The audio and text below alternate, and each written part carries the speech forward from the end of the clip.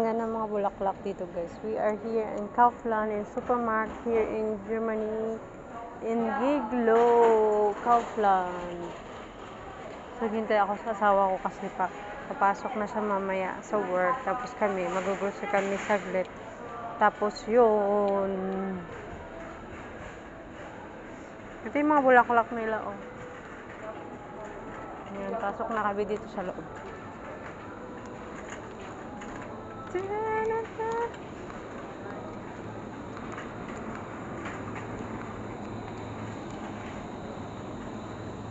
Wow, avocado siya. Mag-grocery.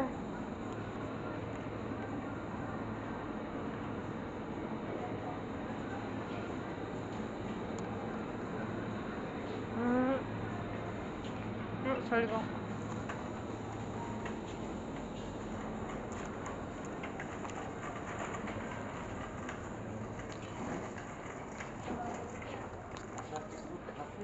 Kaffee pulver.